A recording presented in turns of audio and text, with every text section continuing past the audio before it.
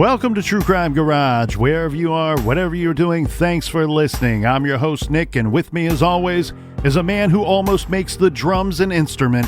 Here is the captain. I'm going to put my nutsack on your drum set. It's good to be seen, and it's good to see you. Thanks for listening. Thanks for telling a friend.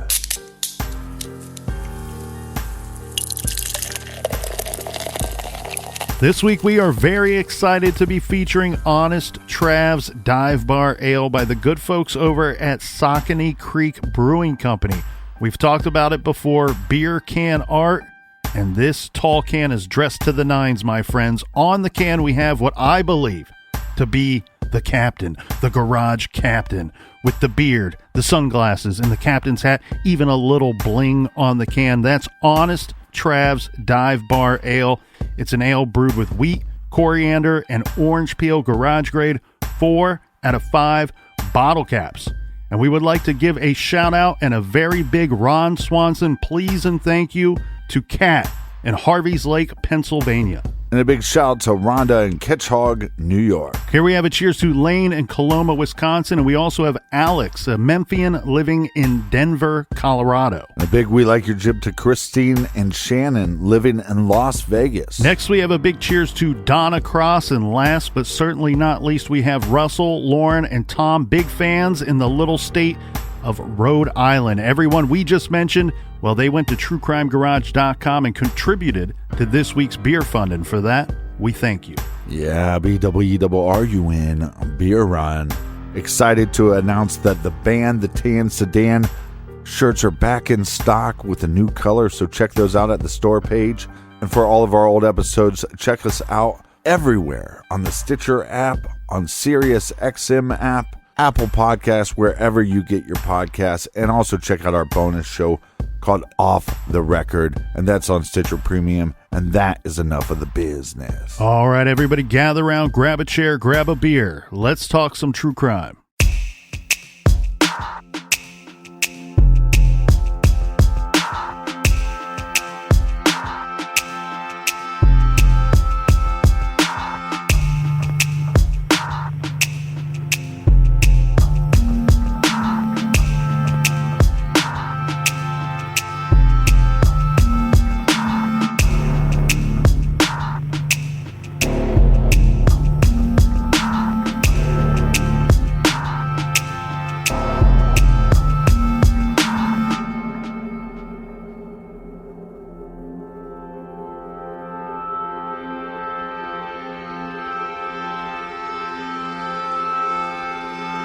Legendary profiler Roy Hazelwood spent 22 years with the FBI, 16 of them in the FBI's Behavioral Science Unit.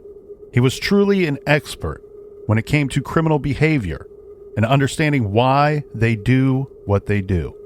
In his book, Dark Dreams, Mr. Hazelwood explains the criminal mind as he sees it. In one chapter, he explains that it would surprise most people that in his experience, the two types of sexual offenders with the most characteristics in common are the sexual sadist and pedophiles. He says most pedophiles are not physically violent, while the sexual sadist is very likely to be so. But there are striking similarities. Hazelwood offers some clarification before diving into the more than 12 shared characteristics of these two types of monsters. Pedophiles and child molesters are terms that are often used interchangeably. However, they are quite different. Pedophile, in psychiatric usage, describes an individual who is preferentially attracted sexually to a prepubescent child, generally 13 years of age or less. However, a pedophile does not become a criminal until he molests a child. It is entirely possible for the pedophile to act out his sexual preferences only in his mind or with a consenting adult or a paid partner who plays the role of a child. This is not criminal behavior. A child molester is a legal term used to describe any person who sexually molests a child, which most definitely is criminal behavior. All child molesters are criminals, and a pedophile who acts out against a child consequently is a child molester.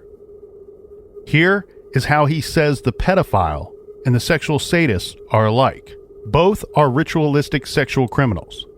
They have highly developed fantasy lives and carry out their crimes according to a script. Both are highly motivated.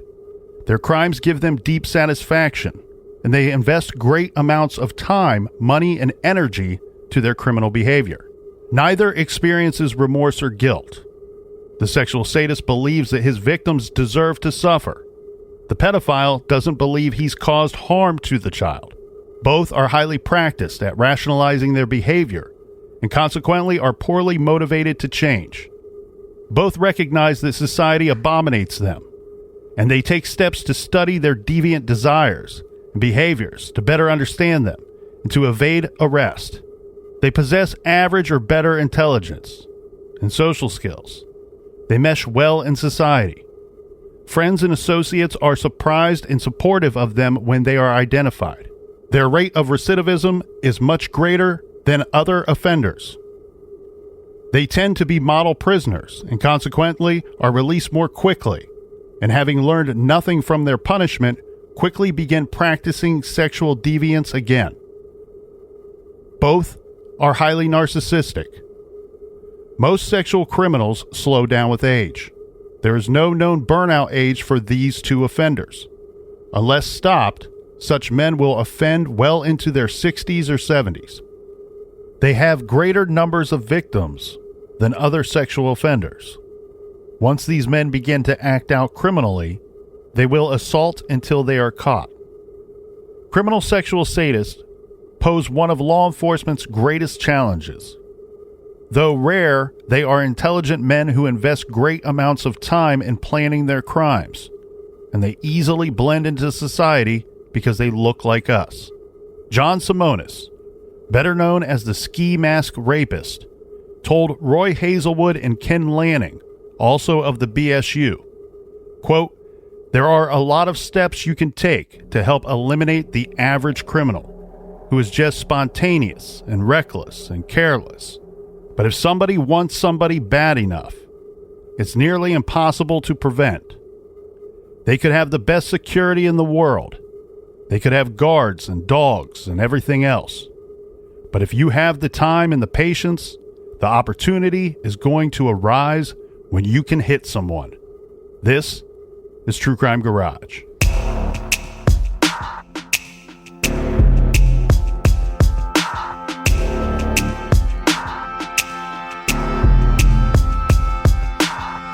On Tuesday, May 7th, 1963, the Windsor Star newspaper reported the following.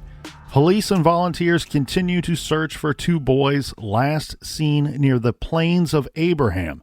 From my understanding, Captain, this is a large park on the heights of Quebec City. The two boys are young, a little younger than the more typical ages of runaways. The two boys that we are talking about here were together that day at the park, and the two boys are friends. This is Alan Carrier, age 10, and Michael Morrell, age 8. These two youngsters were last seen leaving the Plains on Grand Alley. That's a major road there. The boys were seen leaving with some empty beer and soda bottles that they had collected on that day, which they evidently intended to sell. Soldiers and about 200 volunteers scoured the area but found no sign of the boys nor any clues as to where they may have gone off to. Now, this was a little tricky to track down. In fact, the earliest report is from a little more than 36 hours after they were missing and doesn't really offer much insight on what the immediate suspicions were in the case of these two. But we can make some inferences based on other cases we have covered, and those would be, one, because it's two kids together. The first thought might be that they did in fact run away, or maybe even more likely wandered off together and got lost. Secondly, of course, you would always have to be worried that maybe one or both got hurt, and again, they are very young, so the concern level and the threat level would be high. So the two were last seen on that Sunday, May 5th. So by the time we see this report that came out on Tuesday, giving that time passing and the searches for the two, that were going on immediately after they reported missing, where once you may have not have been so sure what happened with the two youngsters, now you are starting to suspect the very worst. And let's compound that fear with the knowledge that it was discovered that another boy went missing, and there was less information about that boy. This is a boy who was traveling by himself, a little older than these two boys, and he was still missing as well from that same general area. Yeah, so then the community is probably going to start thinking that they possibly could be connected. Yeah, what we have here in the first case, Captain, is a boy named Guy Luckenwick.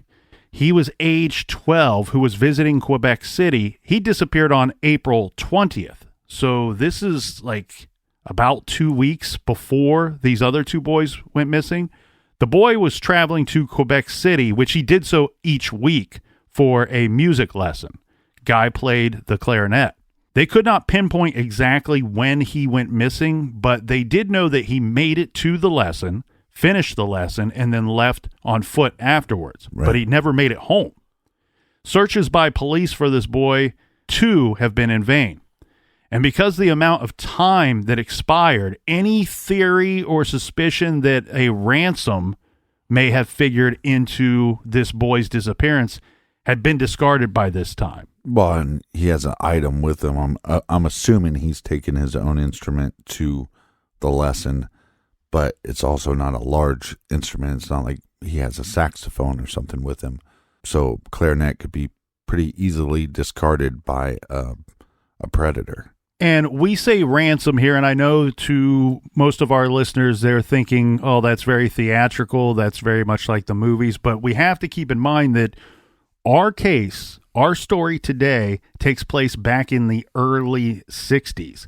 And actually, kidnapping for ransom was much, much more common than it is today. Mm-hmm. So much so that poor criminals often saw kidnapping as their meal ticket, as their lottery ticket, so to speak. But you have to factor in some other things here. None of these families are wealthy families. Right. You know, often when we have someone that is kidnapped for ransom, you can't squeeze blood out of a rusty nail. You actually have to go after somebody that has some money. And, you know, we talk about the Lindbergh kidnapping for ransom, considered to be one of the, at one time, the crime of the 20th century. Right. That's a prime example. And in fact, that happened a lot. So much so that when looking into this particular story, I was running into plenty of stories of a case that was active about this same time where you have Frank Sinatra Jr. kidnapped, where they're looking for a ransom of $240,000 for his safe return. Now, thankfully, he was returned safely.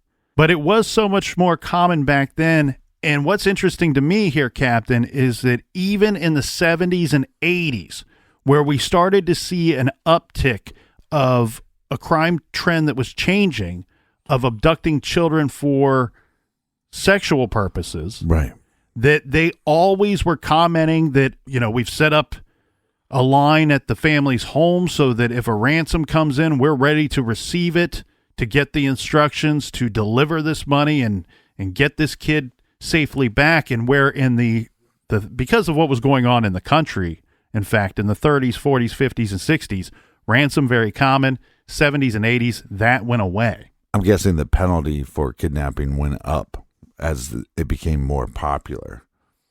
But also what I find super interesting, just back to the Frank Sinatra Jr. thing, is so you're going to kidnap one of the most famous people in the world's kids to get a ransom, but that famous person is also connected to the most powerful organization in the world, the mob. Doesn't seem like the smartest idea. Yeah, but you also have to understand that kidnapping was very popular because there was a much higher percentage of poor people in our country back then. So people were more desperate back then. I'm just saying you have to be very desperate to go against the mob. So there were rumors swirling in this area about a maniac possibly on the loose, and that he's snatching up little boys. And certainly even beyond rumor, That seems to be the shared feelings of the parents in this community. In fact, a newspaper snippet says that at the time, police suspected, quote, that a sex maniac may have killed the 3 missing boys because not a trace of them had been found despite an intensive search effort. Now, unfortunately, things are going to get worse before they get better, because on May 29th, in that edition of the Gazette, a newspaper out of Montreal, Quebec, they featured an article about another missing boy. The article was titled, "Fourth Boy Disappears in Quebec," and goes on to say the disappearance of a 4th youngster in Quebec City in just a little more than a month was announced by police, and the deputy chief termed the situation disquieting. He said now police are wondering whether the boys had been the victims of a maniac. The latest boy to go missing is Perry Marquis, age 13. Perry was last seen on Sunday, May 25th in the afternoon, leaving a beach on the outskirts of the city. Right. This is the Wolf's Cove area of the St. Lawrence River. Pierre's mother said that Pierre went to Sunday Mass on that day. He came home for lunch, and then he went to meet his cousin at Wolf's Cove to go swimming. The cousin confirmed that Pierre not only made it to the swimming meetup at Wolf's Cove, but also safely left afterward. Of course, you hear river, and a possibility of drowning is maybe one of the first thoughts. However, in this case, of course, we said there is that sighting of him leaving the swimming hole on that day. It kind of reminds you of the Stephen King novel, It, in Derry, Maine, how a group of kids just start going missing and there's no explanation and no trace of them. Yeah, and that's one thing that's interesting in this case, and I liken it to the Oakland County child killer case, where it seems to be that the community and the parents seem to be fully aware of what's going on, and maybe a lot of the children were not. Right. Because, news traveled different back then. And if you weren't dialed in, most kids aren't paying attention to the news, especially younger kids. If your parents are not informing you, if your teachers are not informing you, you're just unaware. Mm-hmm. And so with the Oakland County case, one thing that is bizarre there is Timothy King, who unfortunately was snatched up and then later found dead. One of the saddest parts of that whole story is that just a day or two before, his parents sat him down and fully explained to him what was going on in their area at the time. And the threat still led to his demise. Mm-hmm. Now, in that case, there is a lot of suspicion that whoever was killing those kids was posing as an authority figure and used that fake persona to abduct the children. Well, it's hard to imagine how you'd react as a child knowing that these kids just went missing and there's no answers, no clues. And Pierre was even spotted walking in the direction indicating that he was likely on his way back home by another individual. Now, just to be safe, though, Captain, they did, in fact, search the waters in this area. Yeah. And they also searched the waters around the other 2 disappearance cases as well. 3 victims, 2 disappearances earlier. All of these searches are turning up nothing. There's nothing in the water. There's nothing on land, nothing on the streets that they can find that are giving them any types of leads at all. So, of course, this is all super scary stuff. But then look at the similarities in all of these missing persons cases. That, to me, heightens the fear factor level for me, because one, they took place in just a short time span of about 40 days. Right. 4 kids, 3 separate incidents in 40 days where we got missing kids. All went missing on a weekend day. All 4 boys disappeared between the hours of 2 and 3 p.m. or believed to have disappeared between those hours. 3 of them were last seen in the same general neighborhood. The Carrier Kid and the Morale Boy were on the Plains of Abraham. Again, a huge park that overlooks the St. Lawrence River. And then Pierre Marquis, The last to disappear is believed to have started on his way home and to have cut through that same park, the Plains of Abraham, from the beach. Yeah, well, it's also a little scarier too when you realize the monster's not coming out at night. The monster's working within the day. Right, and that's where we can sit here and easily go, not only do we think it's connected because this is happening so fast within a 40-day time span, but also look at those similarities. It's all very much the same MO, things going down about the same time on weekends within the same hours, as you said, in broad daylight. Also a higher threat level of a predator because this predator has no problem going after one individual or multiple individuals at the same time. Well, in Guy Luckenwick, we're talking about the area where all went missing. He was the first to go missing, but was last seen on Saint Denis or Saint Denis Street, which is some distance away from the other cases. Right. But again, it is the same general area of Quebec City. Now, not that there was not a thorough investigation, and not that the police didn't do everything possible, but really, other than the where and when each boy was last seen, there really was not much in the way of investigating to this case. You know, they're really just simply looking for the physical boys themselves. They had nothing to lead them to what may have happened to them or who may have taken them. Well, again, the last known crime scene we have, if you want to call it a crime scene, is the last eyewitnesses of these individuals, because we don't have some area where all these items from the boys were found and that there possibly was a struggle or anything. It's almost like all four boys just poof disappeared. Right. They really didn't have any leads. If the boys were in fact abducted, this is not a situation where anyone witnessed an abduction, heard a child scream, or spotted a suspicious tan sedan or creepy camper. And of course, this is a little more than 5 decades before the big ban the van movement that continues to save lives to this day. And if police had any leads at all, well, they were looked at and fairly quickly determined to be dead ends that never produced any additional leads. That is what it was like for most of the 40 days or so that these 4 boys ages 8 to 13 were missing. This until a concerned parent came forward with some very interesting information.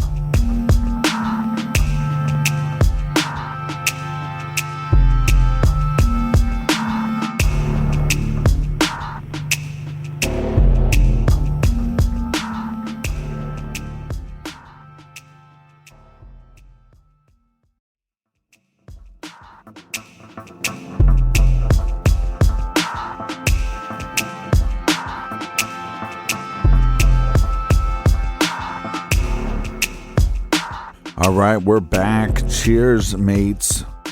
Cheers to you, Colonel. Cheers to you, Captain. Tall cans in the air to everyone out there. AKA the GOAT. Bah. Let's get into this interesting story that comes forward, brought by, again, a concerned parent to police. This is 45-year-old Edward Owlette. He went to the police with this following story concerning his 14-year-old son, who fortunately was safe and sound. He told police that on May 25th, his son, 14 years of age, was at Quebec City's very busy central bus station when a man approached him. The boy lost a dime in a soft drink machine and was fighting with the machine to either get his soda or get his dime back. The man offered to buy the boy a drink. The kid accepted. Then the man said, if you like money so much, or if you are in need of more money, I could offer you a job. At some point in this conversation, it sounds like it may have been a fairly lengthy one, the man showed the kid a bank book with a balance of $343. That's a lot of sodas at a dime a pop. The man told the boy something to the effect of, I have a great deal of money, or I have a lot of money, and you can make a few dollars. Heck, when you're a teenager and somebody has a $50 bill or a $100 bill, you think they're rich. Mm-hmm. Well, and keep in mind the equivalent of what they were seeking in the Frank Sinatra Jr. ransom, $240,000. Mm-hmm. That would be like $2 million today. So it's this certainly, like you pointed out, would seem like a great deal of money to a youngster back then. And then, but you have to take this a step further and go, well, this is just a bank book. Mm-hmm. It doesn't necessarily mean that this guy's got any real money at all. Now, the man told the boy that he could offer him a ride, and he wanted to take him back to what he referred to as his suburban home. Mm. This boy, very smartly, refused the ride. Later, he would say that the man frightened him, so instead he gave the man his address and phone number and told the man that he could talk to him tomorrow. So the kid goes home, and he tells his parents what went down at the bus station about being approached by this man who said he had money, right, offered some kind of job, and then this guy wants to take me back to his house. Bought me a Coke. Yeah, and I wonder if in this story, if the man who, you know, if he is a dangerous man, he's obviously using a ruse to try to trick this youngster. Well, but not necessarily, because the youngster is having a problem, right? The machine either took his money, so this guy comes up and goes, "Hey, I'll buy the soda for you." That's not out of the realm. That's not a ruse, right? That is just an adult walking by. There used to be a soda machine where I taught lessons. There's plenty of times where kids would go by and they'd be pushing the button and I go, "What are you doing?" "Oh, the machine took my money." I go, "Well, here, let me buy you a pop." That's not a ruse to try to kidnap the kid. I was just trying to be a nice person to that kid. So then they get to talking. "Well, I have this job. Come back to me." Right, there you go. That's what I'm talking about. If this guy in fact is looking to pick up this kid, if he is a danger, the ruse is offering him a job. Right. And what I'm pointing out is I'm wondering if in this conversation, we know that the boy said he gave his phone number and he gave his address. Mm-hmm. When the man then offers to drive him back to his quote unquote suburban home, I'm wondering if this guy was smart enough to make it sound like they both lived in the same general area to kind of put the boy at ease. "Well, I'm heading home anyway. Why don't you just join me in my car?" Right. "Back to my suburban home." But also, again, this creep could live downtown, but use the term suburban home. So, again, if the kid doesn't go with him, he is now telling everybody, well, he said he lived in the suburbs. Correct. Armed with this information, the parents are going to set up a little sting operation of their own. So the man called the house, and the parents had the boy answer the phone when the man called the next day. Mm-hmm. So a meeting time and place were set up for the boy to meet the man. Well, what happens is Edward Owlett drove his son to this meeting. Once there, Edward confronted the man, demanding to know why and what the man wanted with his 14-year-old son. The man laughed and told the father that it was the boy's idea that the two were to hang out together, saying that the boy wanted to go to the circus, that he wanted someone to take him to the circus, and this man said that he would do so. So Edward then tells the man there are 3 boys missing right now, and I'm not letting my son out of my sight. While there, Edward wrote down the license plate number on the man's vehicle, and then he gives this information to the police, who promptly worked very hard to track down this vehicle. The man, fortunately, was located and arrested, but unfortunately, this was on May 27th. This would be the day after Pierre Marquis was reported missing. Remember, he was number 4 to go missing, and he went missing on May 26th. Right. So the man they arrested, who was, according to this man and his son, trying to meet up and make some kind of work arrangements with a 14-year-old boy, This was Leopold Dion. Police very quickly realized that, considering all involved, they were very likely in for some really, really bad news. And that's because not only did Leopold have a lengthy police record, but he had a very dark and violent past. Can you get into that a little bit? Yes, Leopold Dion had been arrested multiple times for multiple charges. Here's some detailed background information on this guy. He was Leopold Dion of Quebec City, contracted tuberculosis as an infant, and he spent most of his first 11 years of life in an institution run by nuns. His father and mother, they would visit him on a weekly basis. His father was a Canadian Army sergeant. When he was cured of this illness, he was then released from the institution. So after 11 long years of living in an institution for the first years of his life, he is finally sent home. Now, once he is there, he doesn't walk into a happy home, because just 4 days later, his mother and father separated. And because of this split, they placed him in an orphanage. Yeah, it would have to make you wonder as a kid. My parents were together this whole time. I come home 4 days later, they get a divorce. Yeah, so that's the unfortunate childhood of Leopold Dion, but what it's going to lead to is that violent past that we referenced. In 1937, at the age of 17, Leopold was charged with gross indecency and sentenced to 4 months in jail. 2 years later, in 1939, he was charged with attempted murder of a young woman, but was acquitted due to the lack of evidence. When he was 20 years old, he was convicted of rape and attempted murder. So now we have this guy again having this ruse to have some kind of relationship, some kind of connection with this kid, and now we know that he likes to whip out his dinghy. He now has an attempted murder charge, and then attempted murder charge and a rape charge against him. So when he is 20, he is then convicted of rape and attempted murder. Wow. So, I know he's acquitted for the first charges based off of a lack of evidence, but what you're seeing here is he's a possible reoffender who is very violent, and his crimes seem to be sexually based. Now, for this conviction, Leopold was sentenced to life imprisonment with a recommendation that he never be paroled. And this shows you how far we are going back here in time and how old school this is. But not only did he receive that life imprisonment conviction and sentence, but he also received plus 10 lashes.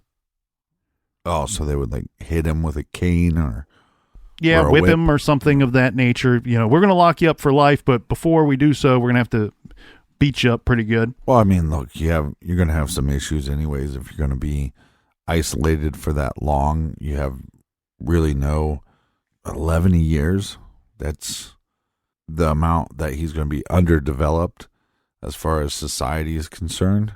That's a big gap to try to make up. And when you look at a picture of him, he looks pretty normal. Seems to be a non-threatening individual. Maybe from the side profile that he looks maybe a little meaner or scarier from the side profile. I think that lies the issue with this type of case. And let's say that the children knew that kids were going missing, and they're hearing the rumors from their parents and from the community that there's a sex maniac on the loose, right, who's snatching up children. Well, a child's mind will assume that they can see, that they would be able to identify this monster when they see him. Right. And so when you have this guy, Leopold Dion, who he looks like a regular guy, the average Joe, he puts together this persona that he has a job or at least something to offer these children. And because he looks normal and he has a car and he dresses normal, they're somewhat easily tricked. Now, they're tricked into just joining him for maybe a ride or a helping hand. But it goes back to the idea of a sex maniac is on the loose. These kids think that they would be able to spot that somehow. Right. And as Roy Hazelwood pointed out in our trailer earlier today, from his great book, The Dark Dreams, he says, it's always a shock to society when these people are outed or when they're found out, because they're usually respected people in the community, or they fit into the community, at least visually, and the fake persona that they put out there. And they're also hard to detect because they look like you and I. Well, also, this is the 60s, and I didn't obviously grow up in the 60s, but even in the 80s, if you're over at you're over at your friend's house or something, and their parents told you to do something, you did it. You were taught to obey adults. You were taught that adults are in charge and you are not. So that becomes a tricky issue when you're trying to tell your kids, hey, look, you got to watch out because there's somebody that's taking kids away from their homes, away from their families. But at the same time, these kids are told over and over, you listen to adults, you speak when spoken to, certain things like that, which were more prevalent in the 60s than they obviously are now. Mm-hmm. Now people are saying, hey, if you see a stranger, I don't care how old they are, or they're not your boss. But you'd even have situations where kid might get in trouble at somebody's house and maybe even get spanked by the other parents, and that was more commonplace. Mm-hmm. So when you have somebody that kind of looks like their friend's dad or a dad, for all we know, the guy's driving up to these people going, hey, you're not supposed to be walking on this street. You're not supposed to be walking alone. Get in the car. I'll drive you home. Yeah, that's correct. And so when he is 20 years old, he's incarcerated for life imprisonment for this very violent crime. And he was sent off to Montreal's infamous St. Vincent de Paul Penitentiary. While there, he was considered to be a model prisoner. However, during his stay, while they were able to confine him, they were never able to treat any of his mental, emotional, and sexual issues. Records show that there was one part-time psychologist working at this penitentiary during the entire 16 to 17 years that he stayed there. Because of his good behavior, and despite the judge's recommendation that he never, ever be paroled, Leopold Dion was in fact paroled in 1956. But he wasn't out too long before he was at it again, because just 40 days later, he was once again charged and convicted of gross indecency and returned to prison. Right, but how did he get let out in the first place? He got paroled. Well, maybe we need to stop calling these sentences life sentences if they're only a couple years. You know, like, come on, give me a break. It's either life or it's not life. And then to have a individual like this with such a heinous crime to even have the possibility of early parole. So he spent 2 more years at that St. Vincent de Paul Penitentiary before being transferred to the Kingston Penitentiary. This would be Leopold's first chance to truly receive some psychiatric help. Starting in 1962, he would meet with the prison psychiatrist once a month, and somehow he managed to be paroled once again. Well, yeah, and I don't get that with the 2 violent crimes. 3 violent crimes. We got 2 attempted murders, basically, and then we have a rape charge. You could throw away the him showing his dinghy to anybody. I don't know if that matters, but those violent crimes, there's no way he should have been paroled. Well, and gross indecency is kind of a blanket charge. It's we don't always know exactly what that charge means. I'm going to assume it's his dinghy out that he's guilty of. It's like back in the day, they would charge you with gross indecency. They would charge you with sodomy. They could charge you with, in certain crimes, larceny. But that usually meant a whole wide array of possibilities. Whereas today you see, at least here in the States, the United States, we often have charges that even sound very specific, to the point where you hear what someone's charged with, you have a pretty good idea of what it is that they did. Yeah, I mean, some of them get confusing. I don't like the charges where, I've had a friend where he's considered a sex offender because he was drunk and he was peeing by a school. The school wasn't operating at the time. It was at night, but ends up getting further charges because he was basically exposed because he was peeing by a school. I don't really think that makes a lot of sense. But so now we have 4 kids that went missing. I do want to address that for a second. I don't necessarily fully agree with that charge, I guess, and I don't know the complete situation. My argument has always been, in regards to that the reason why you charge someone in that manner is because if you didn't, then now that becomes the excuse that is accepted across the board, that, anybody can just whip it out wherever they want, and you just claim, I was urinating, so it's okay. Yeah, I totally agree with that. So we have four boys missing, all roughly around the same age, all roughly in the same area. We have now this guy, Leopold, that has basically, we weren't for sure if there was a ruse to get this kid alone, but now we know, because they went and confronted him, and now we know that this guy has a really bad past, and this guy definitely has to be on the suspect list for these 4 missing boys. That's exactly right. So what you have here is Leopold Dion was paroled in September of 1962. These boys, they start to go missing in late April and then in May of 1963.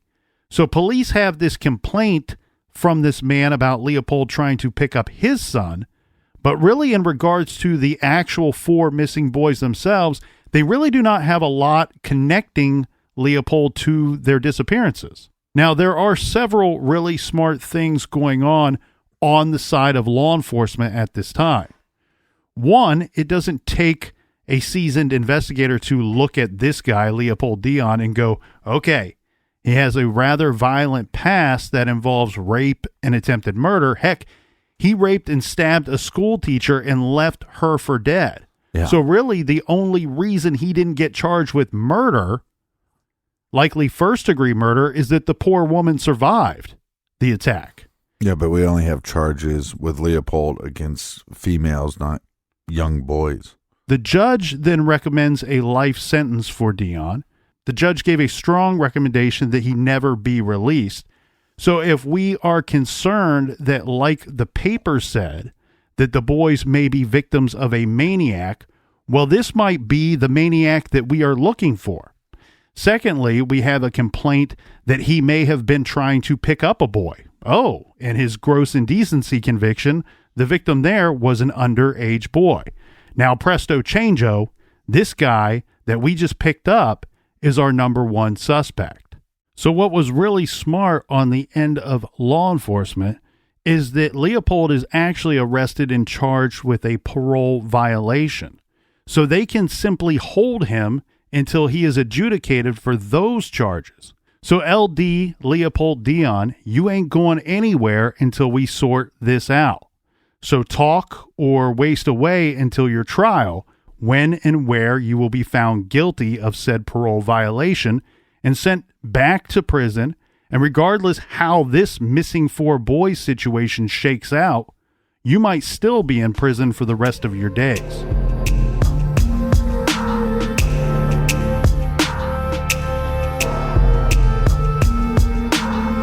Thank you, friends, for joining us here in the garage. Join us back tomorrow. So much more to get to. Until then, be good, be kind, and don't litter.